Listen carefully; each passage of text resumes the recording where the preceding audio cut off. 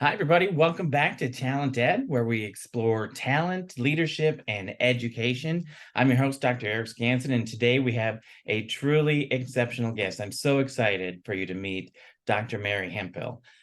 She's got a Ph.D. in leadership studies with over 17 years of experience. She's worn many hats: K-16 educator, administrator, state director, university professor.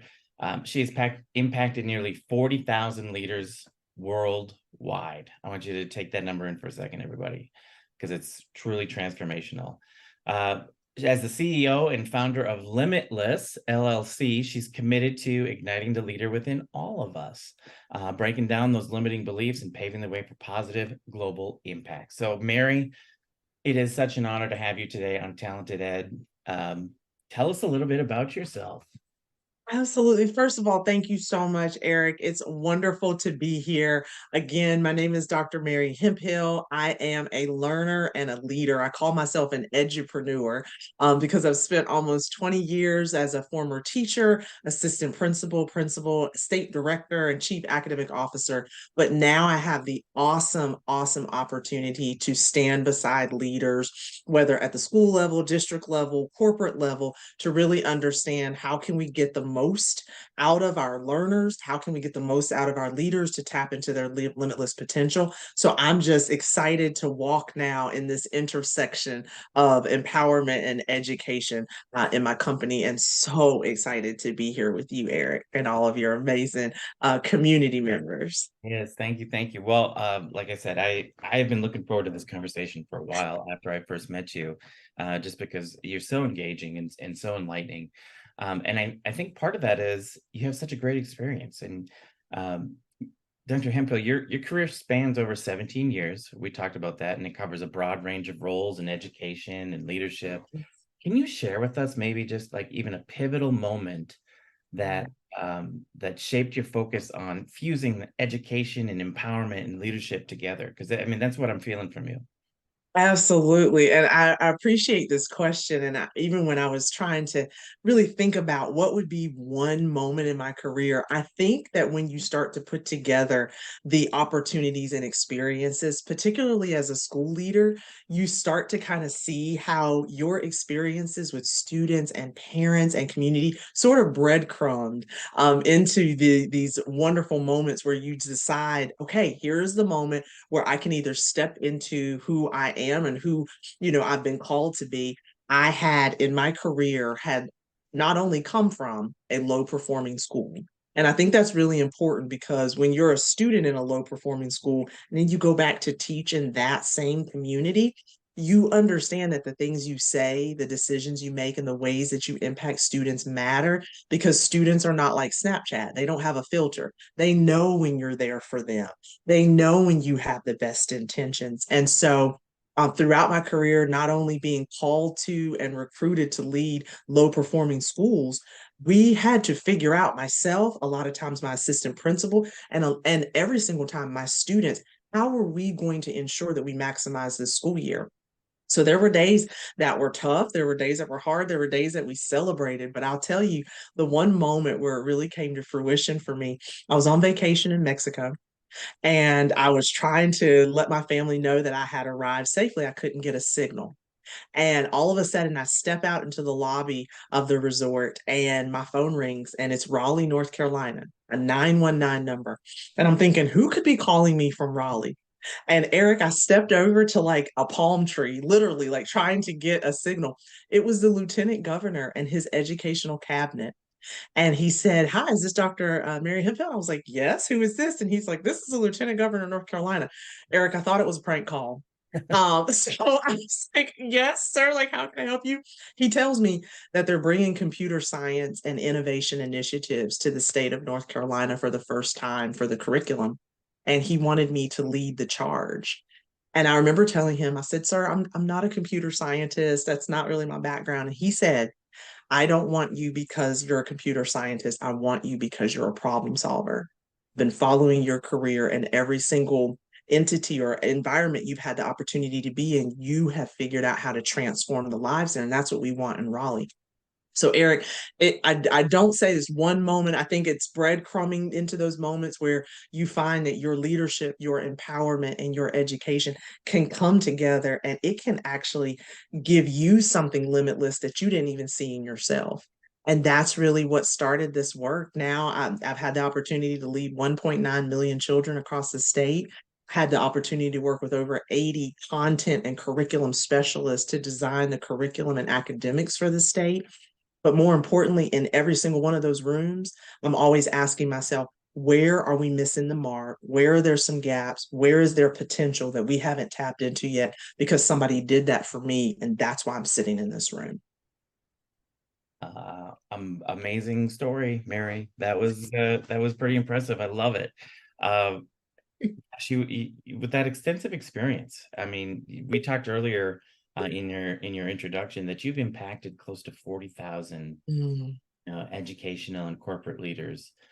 You know, when you think about them, what are some common challenges that maybe that you've observed among those emerging leaders, and how does your work help to address those? Absolutely. So that's a great question. And the one thing that I will say right now that I'm seeing from leaders is that a lot of leaders are trying to figure out, what does the empowerment look like for young people, and what does it look like for the leaders who are returning into the buildings? I think that in this post-pandemic culture, in this post-pandemic society, everybody's trying to figure out, how do we empower one another? How do I empower self to keep doing the work? And when we talk about collaboration, what does that look like? If I'm in a room with Eric, what does that look like if Eric is in another state and we have to figure out that commonality and that connection through the screen? So again, everybody's asking the same questions. And what I found is, regardless of rural, urban, suburban, it starts with what I like to call exploring your inner territory. I'll use the example that I just elevated with the story of the lieutenant governor. He saw something in me that I hadn't even claimed for myself. And so when I get to work now with school leaders and superintendents and district leaders and board members, what I'm starting with is asking one question. What does success look like when we send our students home at the end of the year? Because if we can define what that thing is, if we can lock into what that thing is, then we also know what work we need to do to maybe get rid of some of our biases, get rid of some of our assumptions, tap into the things that we're doing as a school and a district and doing it well. But maybe we can still move from doing it well to doing it with mastery. And I think once we focus in on those things, then we start to empower ourselves with small wins. We model the way for our students and teachers who may be nervous and scared right now about this changing landscape. I mean, the digital fourth industrial revolution is taking over with AI and cybersecurity, and it can be nerve wracking. It can be scary. But what I'm also seeing is that when you empower yourself and empower others, you have students who are going to elevate their voice as leaders. You have leaders in your building who are going to advocate for themselves because maybe they're in the right bus, but they're not in the right seat on the bus. And then you're also going to have communities who feel safe saying, this has been a traditional issue. And you feel confident enough as the leader to be like, it has been an issue. Let me partner with you, hold your hand, and try to figure out how we can get to some true collaboration. So everybody's asking questions, everybody's exploring themselves. And I think everybody's trying to figure out, once I figure out who I am as a leader, how do I then move into true collaboration so we can make this the best it can be for kids?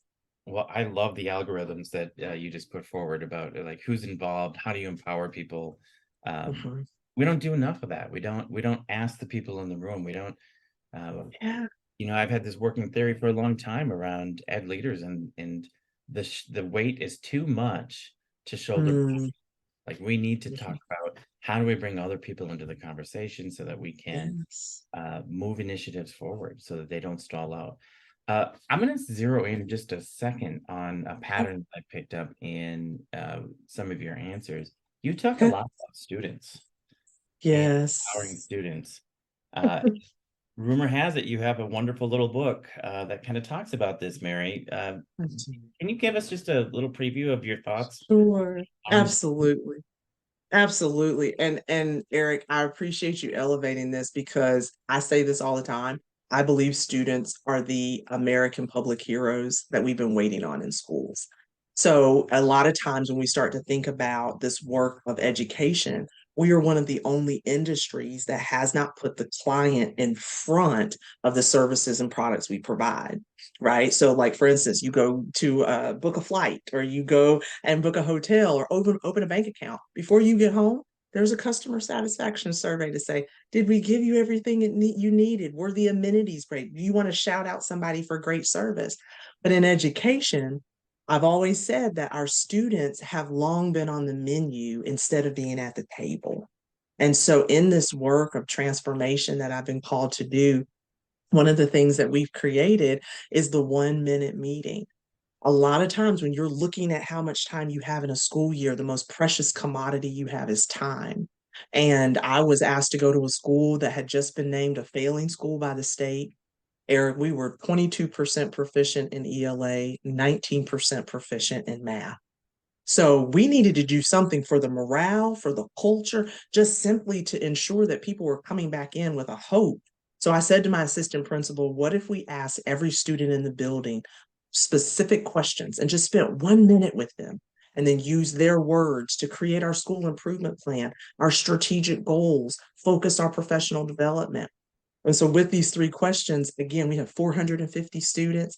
Those students gave us such great insight, again, unfiltered.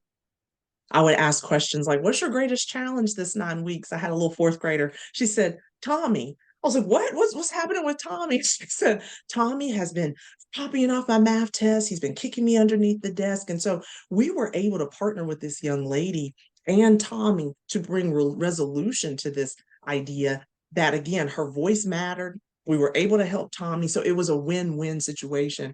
And my point is that when you spend that specific intentional time with every child in your building, they're going to give you the best of what they have. And so student voice and student agency, I think, is the ticket that we just need to add into this paradigm of doing school differently, because again, they are the ones who are sitting in our classes for 7.5 to 8 hours. They are the ones who are taking that home and bringing their best selves back. If we ask them how we can improve, they're going to tell us.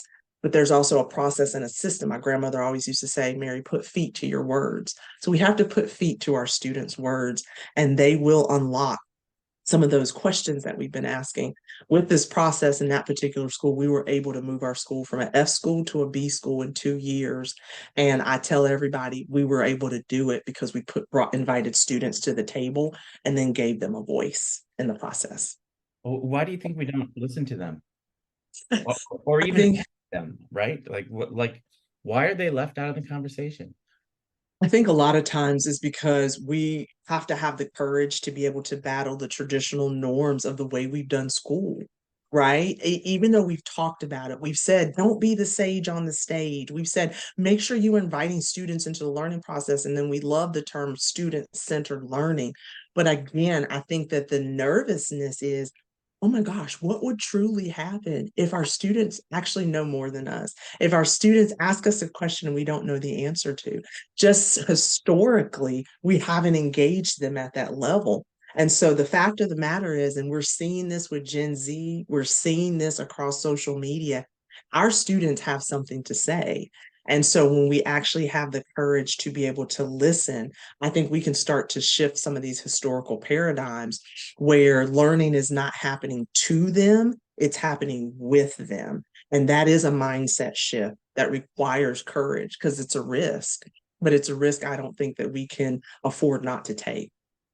And it takes some vulnerability, right? I mean, Oh, yes. as an adult, as a leader, it's probably one of the greatest qualities I see great leaders bring to the table is vulnerability. And that Yes. would be an instance where, yeah, they may ask us something we don't know. Hmm. Hey, Hmm. what are we modeling? We're modeling learning, right? So Exactly. I love your thoughts on how we bring students into this. I got one Absolutely. question for you. So, as the CEO and founder of Limitless LLC, Uh-huh. is to ignite the leader in everyone, and I think we've heard from you today that that really does mean everyone. Yeah. Um, do you want to elaborate on some coaching, consulting, or workshops, or things that you offer to achieve this goal? Absolutely. So we have a wide range of courses and coaching. So starting out with just our leadership coaching. So I work with leaders right now in terms of thinking about, and I just finished up a cohort in thinking about how do you leverage the four main areas within your building instructionally, behaviorally, socio-emotionally, and then physically. How are you aligning your school to ensure that your goals take merit, that your goals are able to be communicated easily to three different stakeholder groups? I always tell leaders the way you talk to students is not the way that you launch with teacher leaders, which is completely different than the way you engage parents and families and community members. I also work with leaders too on really thinking about envisioning.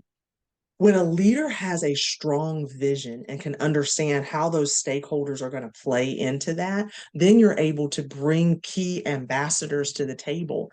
And also thinking about the fact that when you pick those ambassadors, you want some leaders who can do, you want some leaders who will do, but maybe they need that nudge. And you also want some of your resistant leaders so that they can start to experience success as well.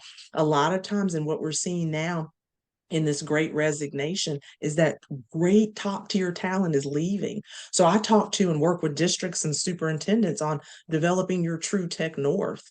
Did you know, Eric, that over the pandemic, the use of technology for leaders increased by 900%?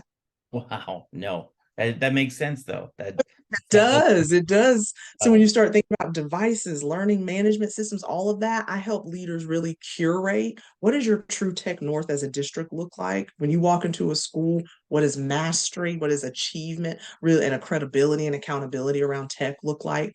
And then do one-on-one coaching as well, Eric. A lot of times when it comes to imposter syndrome, health and well-being, inclusive and equitable practices for you as a core values leader. What does that look like? How does that manifest when I'm leading principals meetings? What about when I'm communicating upward to my superintendent and the board? How do I leverage good ideas and programming? And how do I brand myself and the good things that are happening with students and learning in my school? So we tackle everything from really thinking about self empowerment and that leadership and tapping into limitless potential to the collective. How do you translate that and develop a call to action that is relatable and is also has is timely for the school year as well? that any district school leader would be so fortunate to work with you, Mary.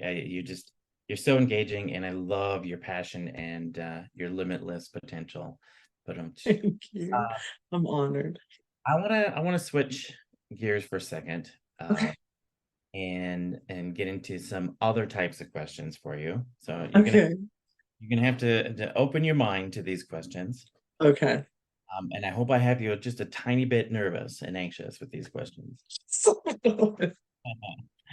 Well, okay, so number one, Dr. Hemphill, if you had a limitless pill that you could give any skill or ability for just 24 hours, what would it be and why?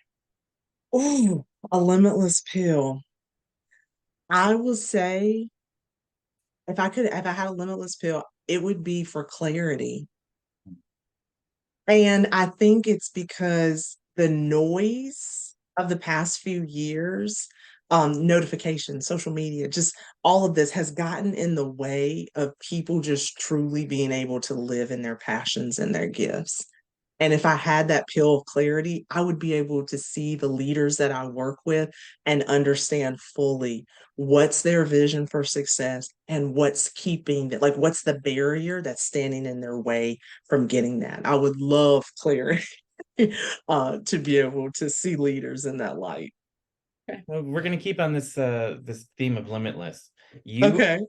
of Limitless LLC, if you could create a limitless cafeteria, what would the one food item be that has limitless refills without consequence of calories, any of that limitless? Oh, okay. Pepperoni pizza. I Oh, know that, but I love a good pepperoni pizza. Specifically, do you remember the pepperoni we used to have? Like, and I'm telling my age here, but back in the day, and it was the square kind of pizza, and it was just so, it would yeah, be that. absolutely. Fits right in the tray. Uh, Yes, exactly. Imagine you found a genie's lamp and you have three wishes. Would one of them be to have limitless wishes, or do you think that's cheating the system? I definitely think that's cheating the system. Yeah, it would probably take me a while, but I would like stick to three. Take the three. Okay, you're not going to blow. No. If you could have a limitless supply of something other than leadership skills, what would it be? Like caffeine, free time, socks that never go missing? Like what Mm. limitless supply? This Okay, this is gonna sound crazy, but honestly, Eric, I've always wanted to be one of those people who could open my mouth and just sing and sound amazing. Like if I could have unlimited, limitless singing ability, Eric, I would have a second job, I'm telling you. Limitless, and we've already heard from you that there's a way. All right, last one. Your mission is all about limiting beliefs. If you had a limitless budget for your one outlandish project that could help people break their limiting beliefs, what Oh, would it be? Like theme park, moon base? Like what? I mean, what? yeah. Mm. It would probably be an incubator, a business incubator for leaders to really go in, take all of their ideas. It would be fully funded. They would have all the human and physical allocations and resources that they needed. And when they left, they would leave with a viable business plan. Like Shark Tank, but nobody loses, right? There you go. Everybody wins. It's not a Shark Tank. It's a limitless There tank. you go. It has been Um, so great to sit with you today and hear from you. I am truly inspired, and myself, I've already taken some nuggets that I'm going to take away um, and take back to where I work and in my school. And I hope that everybody who's watching does as well. But I want to give you one more chance here, just a call to action to those that are watching today. Like, what is your one call to action based on kind of some of these ideas that we've covered today?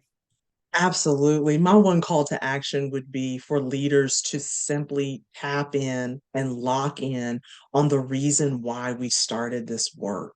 I think a lot of times I'm gonna go back to the noise. The noise can be distracting. Sometimes the no's can be distracting and the challenges, but I want to remind you that you are here for a reason. You're going to unlock somebody else's potential because you kept showing up. And more importantly, there is a student, and hopefully more than one, who's watching how you weather this time. So remember that your struggle, your frustration could be somebody's breakthrough. We need you in education, and we're so glad you're here. There you have it. Dr. Mary Hemphill, I want to thank you so much for sharing your knowledge and your experiences with us today. It has been an absolute You're pleasure to welcome. have you on the show. Like I said at the very beginning, I've been looking forward to this conversation for a long time. Um, Likewise. let's acknowledge that that was an incredible conversation and that we've had with Dr. Mary. And from breaking down limiting beliefs to igniting the leader in all of us, today's episode has been nothing really short of inspiring. And a huge thank you to you for joining us and sharing your wealth of knowledge and experience. Thank you so much for having me, Eric. And for everybody else, if you enjoyed this episode of TalentED, don't forget to subscribe, rate, share this podcast with your network. Every click and share makes a difference in spreading the message of empowerment, being limitless, and leadership. And we're going to be back again soon with another episode. But until then, as always, stay PKS, which is positive, kind, and supportive. Thank you, everybody.